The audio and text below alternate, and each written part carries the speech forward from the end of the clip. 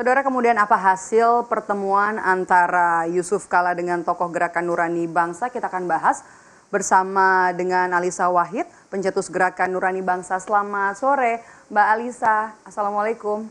Waalaikumsalam warahmatullahi wabarakatuh. Mbak Mai, apa kabar? Mbak Alisa, saya langsung ke Ya, pertanyaan pertama. Apa hasil pertemuan dengan Pak JK dan bagaimana Anda melihat kondisi demokrasi kita saat ini jelang kita melaksanakan pesta demokrasi? langsung saya rangkum ya Mbak ya.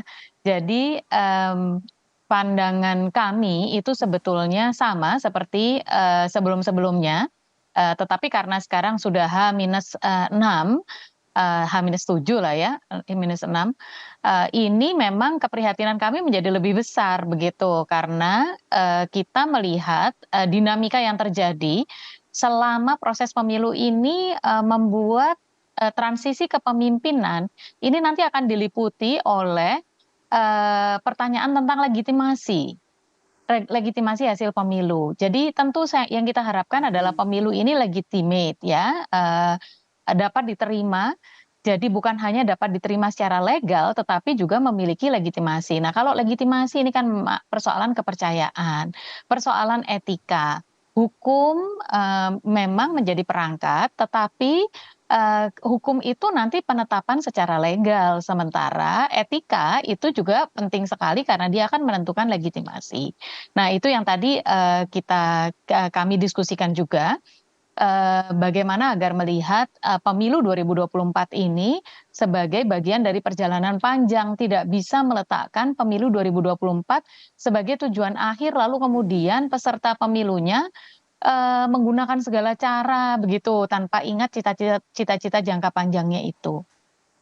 Itu Mbak tadi yang banyak kita bahas dan kami sepakat bahwa ke depan ini dalam waktu sekian hari kita harus mendorong seluruh warga masyarakat dan terutama mereka-mereka yang memiliki komitmen yang lebih itu untuk mengawasi jalannya pemilu sehingga pemilu ini menjadi pemilu bersih, bukan hanya Oke. jujur, adil tetapi bersih dan ini yang sangat penting ya.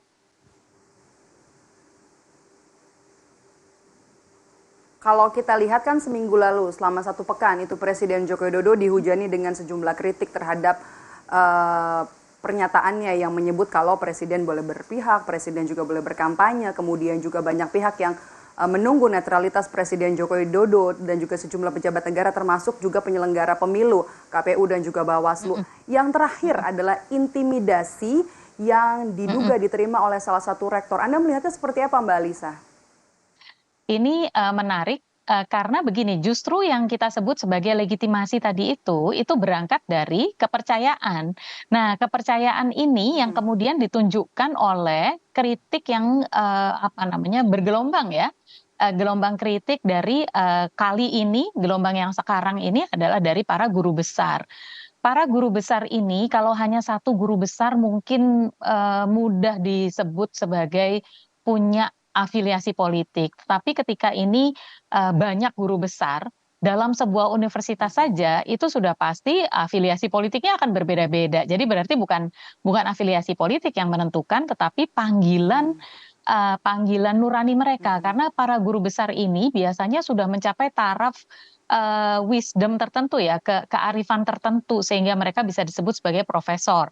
Mereka sudah melakukan pendidikan upaya mencerdaskan kehidupan bangsa sedemikian rupa. Nah, ketika ini datang dari berbagai perguruan tinggi dari seluruh penjuru Indonesia, maka ini kemudian menjadi menjadi konkret bahwa banyak orang mengkhawatirkan, banyak guru besar, banyak tokoh yang mengkhawatirkan tentang legitimasi pemilu ini.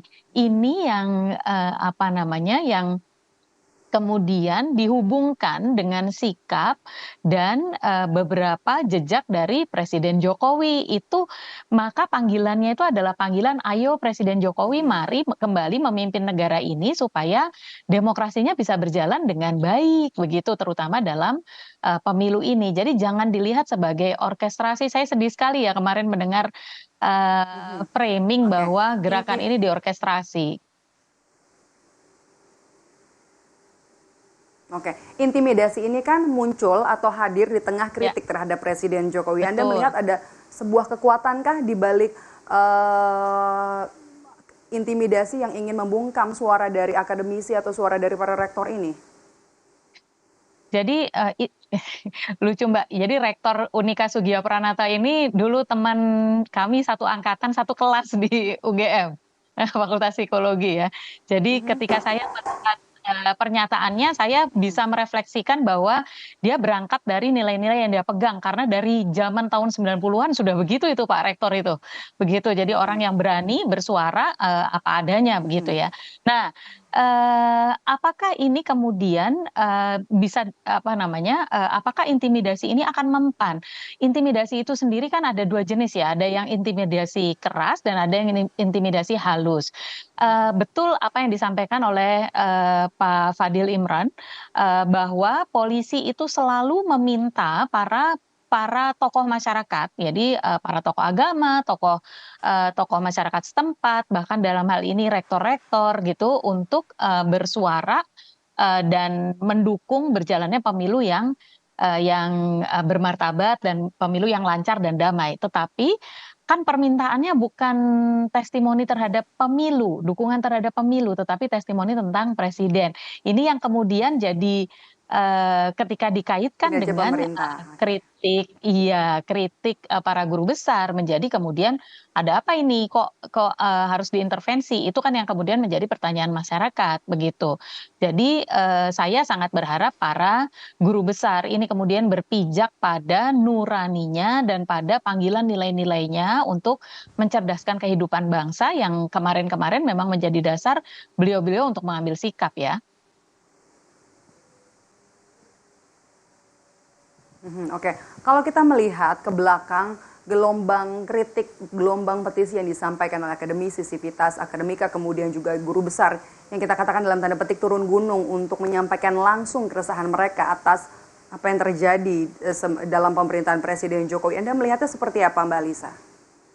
Ya itu munculnya dari keprihatinan Mbak, itu panggilan dari nurani terutama karena mereka tahu bahwa, justru kalau berdiam diri mereka akan dianggap sebagai,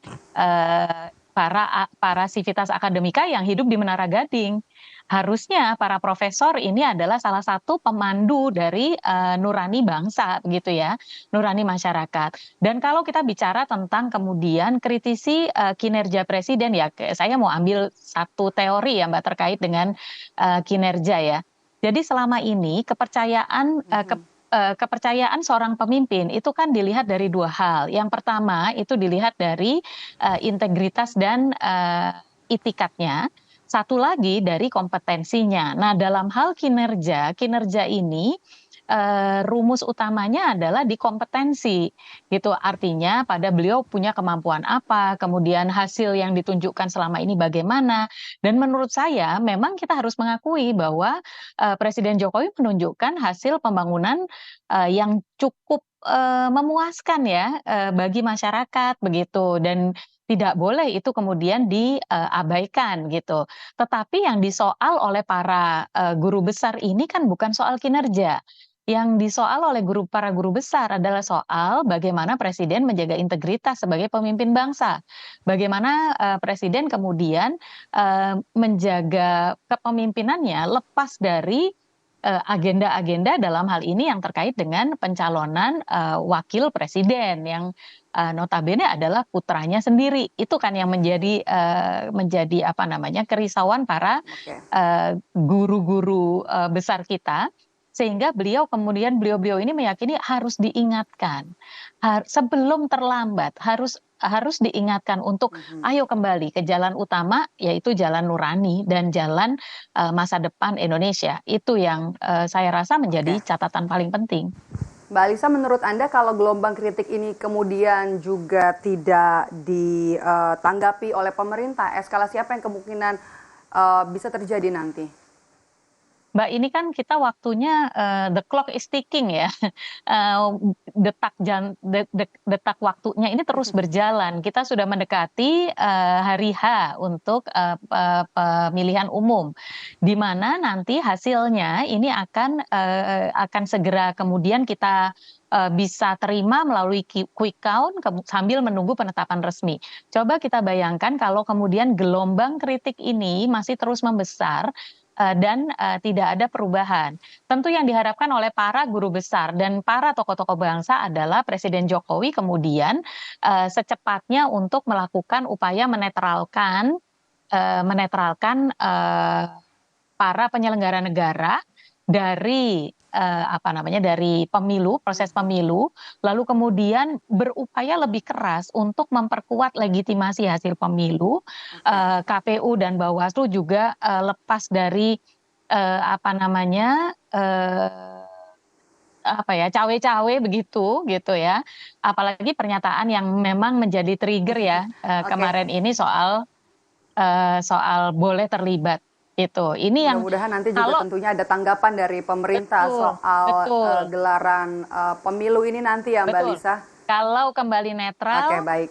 Baik, terima kasih. Kita nantikan saja penyelenggaraan pemilu nanti hari pemungutan suara 14 Februari, termasuk juga nanti hari penghitungan suara agar pemilu kita bisa berjalan adil, damai, dan juga bermartabat. Terima kasih sudah bergabung bersama kami di program Rumah Pemilu hari ini, Mbak Alisa Wahid selaku pencetus Gerakan Nurani Bangsa. Sehat selalu. Terima kasih.